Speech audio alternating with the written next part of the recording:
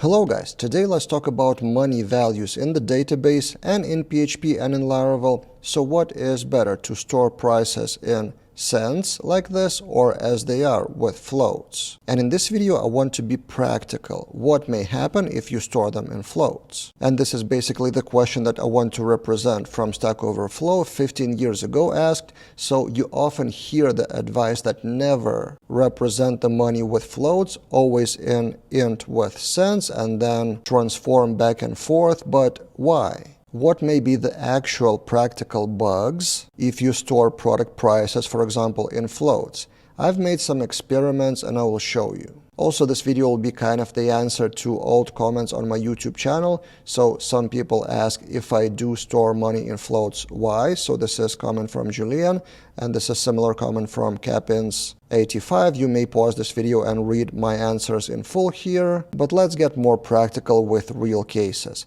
So a typical case that I see how people explain why floats is a bad thing is something like this. So floats are bad because if you do math with them, it's not precise. So what do you think would be the result here? We go and we refresh and the answer is 0.3, which is good, right? But if we do var dump of the actual value, what's inside, and we refresh, the actual value in float is 0.3, and then somewhere down the road you have floating number incorrect. Similarly, in the answers to the original Stack Overflow question, you may find the example something like 0.1 rounded to 0.09, and then somewhere down the road in floating digit number 10 or something, you may get incorrect numbers. And this is, by the way, framework or language agnostic. This question is not about Laravel or PHP or databases or anything. It's just how floats work in general. But if we get back to real life scenario, is this actually a problem?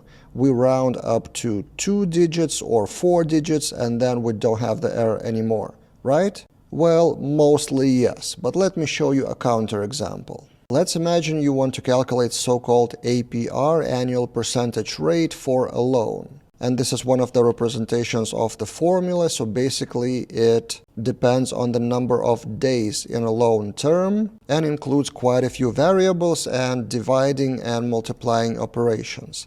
I asked my colleague Modestas to represent that situation and reproduce that scenario. So let's imagine you have 1,000 as starting amounts of money of the loan, and then we save two variables in floats and in cents. In this case, it will be PHP operation, but it's practically the same in any language or framework or even database. The floating logic is pretty similar.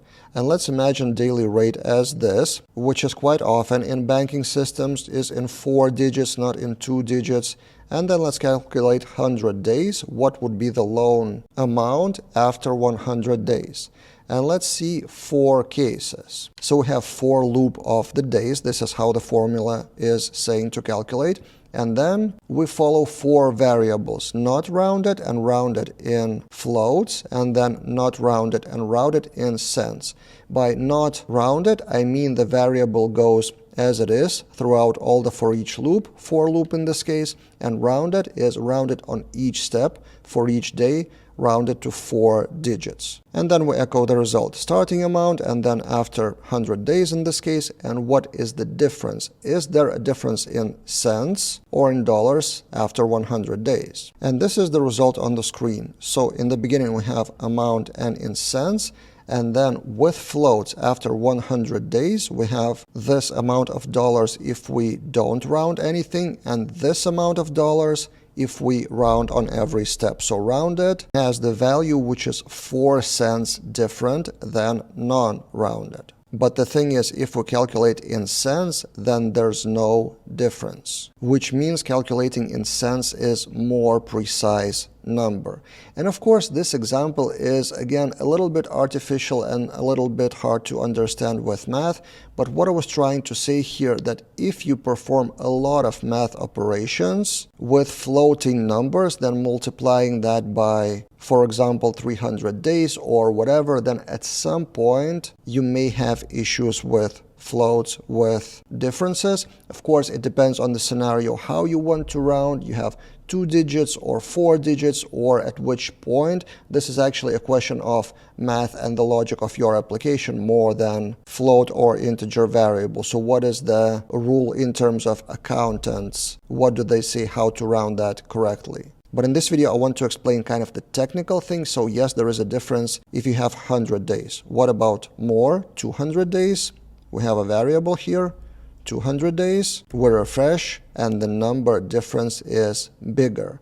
Well, the numbers are bigger themselves, so 43 million, but $7 difference after 200 days, while cents different is still 0. So the question then becomes, does your project have the scenario of a lot of mathematical operations with floating numbers? So for those projects like banking, like a lot of transactions with a lot of calculations like Excel sheets for financial statements, yes, I would probably advise to store the values in cents and then double check where you round those numbers after mathematical operations. But these kind of projects are like, I don't know, 0.1% of projects in IT. If we take a look at simple e-shops like this in one of my demo projects, would it make a difference that t-shirt price is in float and then you buy, what, 5 t-shirts max? So that's one operation with floats, maybe some VAT on top, some taxes on top, but all of them are rounded to 2 digits usually. So for such cases, it's hard for me to even imagine the scenario when, in what case, that theoretical floating point error would actually make a difference in calculations or reports for that e-shop.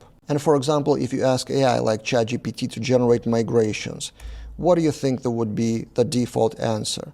The default answer is decimal. Because the logic is this: for typical products table, storing the amount in cents would bring extra work to cast that amount to float and then back. Of course, you can do that pretty easily with eloquent attributes or using money-specific classes and packages. And we even have a separate tutorial on Laravel Daily on dealing with money using the packages like brick money, or there's money PHP money, or there's accounting money. So yeah, you can do that to be technically correct.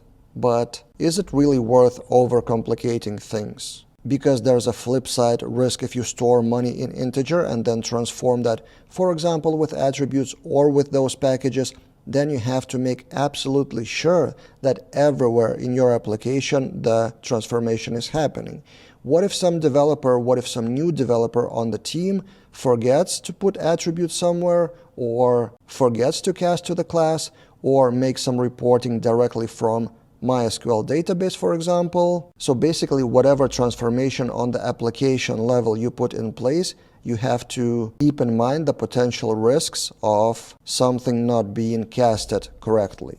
And I actually asked ChatGPT the follow-up question: in what cases you would suggest to store price in integer? And it added a few points in addition to what I was talking about. So speed may be important, but at the end of the day, the recommendation when to choose int is high precision financial systems. This is exactly my point. Also interesting point is multi-currency apps, which leads to the same conclusion. With multi-currency, probably there may be more mathematical operations and potentially bigger probability of floating number going rounded incorrectly. But even in that case, the probability is very low, especially if you're rounding correctly on each step. What do you guys think? What is your opinion if we get back to the original question of the advice to never store the money as decimals? In my personal opinion, this advice is kind of overarching myth that you should always or never do something in IT,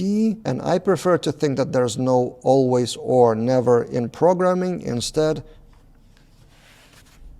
it depends. But depends on what exactly. I was trying to explain my train of thought, but you can add in the comments your cases, your stories of when you made the decision between integer and floats, and was it right or wrong decision. Let's discuss in the comments below. That's it for this time, and see you guys in other videos.